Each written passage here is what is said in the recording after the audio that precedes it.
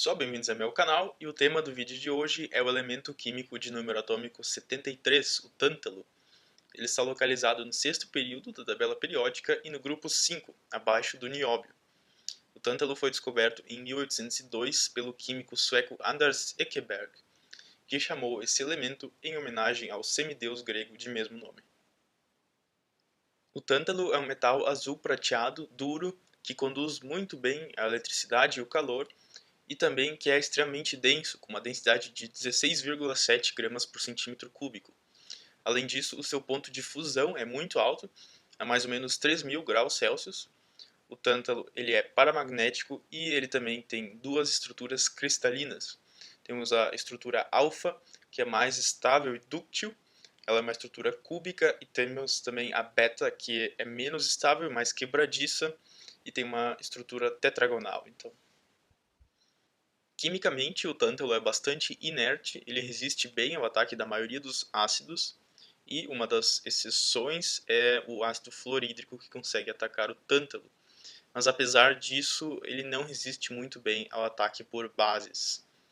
Em compostos, os estados de oxidação do tântalo variam do -3 até o +5, porém o +5 é de longe o mais importante, mais estável, e talvez o composto mais utilizado do tântalo está nesse estado de oxidação +5, que é o pentóxido de tântalo, Ta2O5.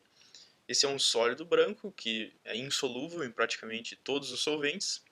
Ele também é bastante inerte e tem uma alta permitividade. Agora, o significado disso nós vamos ver no final do vídeo nas aplicações do tântalo. Ainda no estado de oxidação +5, temos tantalatos contendo os ânions TaO4 3- e TaO3-. O tantalato de lítio, LiTaO3, é um exemplo disso. Com os halogênios, o tântalo forma compostos nos estados de oxidação +5, +4 e +3. O pentafluoreto e o pentacloreto, na sua forma molecular, são então moléculas com simetria bipiramidal, trigonal, bipiramidal, mas no estado sólido, principalmente, isso é diferente. O pentafluoreto forma uma estrutura tetramérica e o pentacloreto forma uma estrutura dimérica. Então essas moléculas têm tendência a se aglomerar para aumentar a estabilidade, digamos assim. No estado de oxidação +4, temos, por exemplo, o disulfeto de tântalo, TaS2, que é um sólido com uma estrutura em camadas, intercalando camadas de ânions de enxofre e cátions de tântalo, e esse é um sólido que é um semicondutor.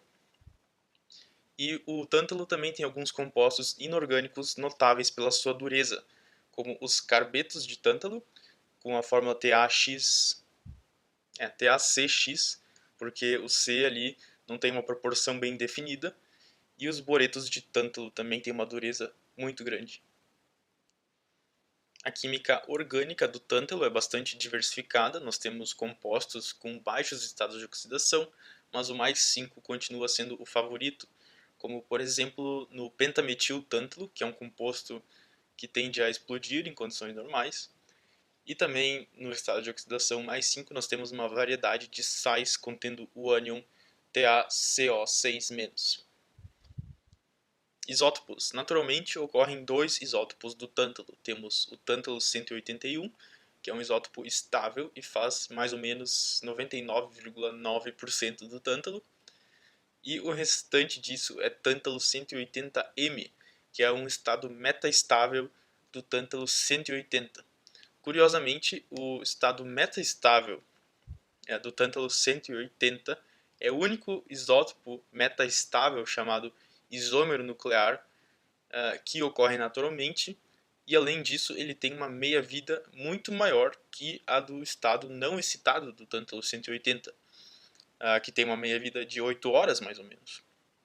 Então o estado metaestável, ou seja, o tântalo 180M, é muito mais estável que o tântalo 180, e na verdade nunca foi observado nenhum decaimento radioativo do tântalo 180M.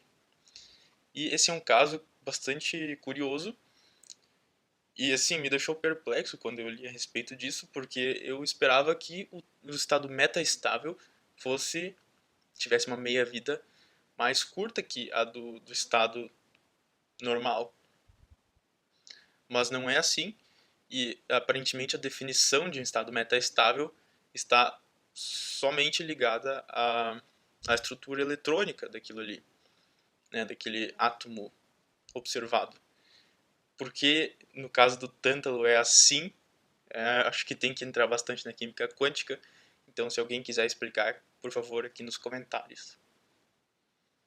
Ocorrência. O tântalo ocorre de maneira primordial e ele não é nem tão raro quanto o ouro e nem tão abundante quanto o ferro.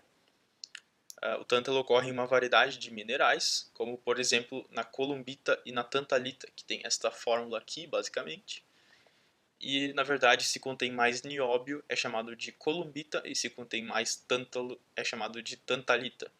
Isso demonstra que em minérios, geralmente quando você tem tântalo, você também tem nióbio. E isso representa um desafio muito grande para quem vai lá minerar o tântalo, porque o nióbio e o tântalo têm características químicas muito similares, então é muito difícil separar eles quimicamente. Por muito tempo, o processo utilizado foi o chamado processo de Marignac, que você fazia lá as reações e acabava com uma mistura de K2TaF7 e K2NbOF5, que ainda assim eram substâncias muito similares, mas elas tinham solubilidades diferentes. Então você fazia lá uma cristalização fracionada, você ia diminuindo a solubilidade do solvente e uma das duas cristalizava antes, agora não sei dizer qual, mas uma das duas cristalizava antes e aí você conseguia obter uma pureza maior daquilo ali. E com a repetição do processo você conseguia então obter só a substância com o tântalo e só com o nióbio, e depois o tântalo poderia ser reduzido de diversas maneiras para o tântalo elementar.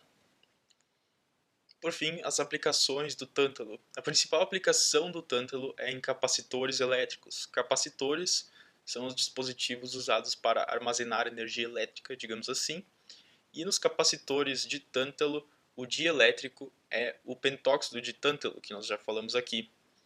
O pentóxido de tântalo é um material com alta permitividade e a capacitância do dispositivo aumenta proporcionalmente à permitividade do material ali. Isso significa que os capacitores de tântalo são muito eficientes, porque eles têm uma alta capacitância por volume, ou seja, você consegue fazer um capacitor pequeno, mas porém bastante eficiente, e por isso eles são usados em celulares, computadores, câmeras, entre outros.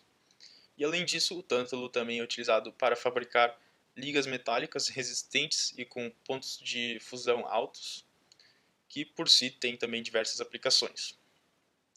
Pelo vídeo de hoje, ficamos por aqui. Se você assistiu até aqui é porque você gostou do vídeo, então inscreva-se no canal.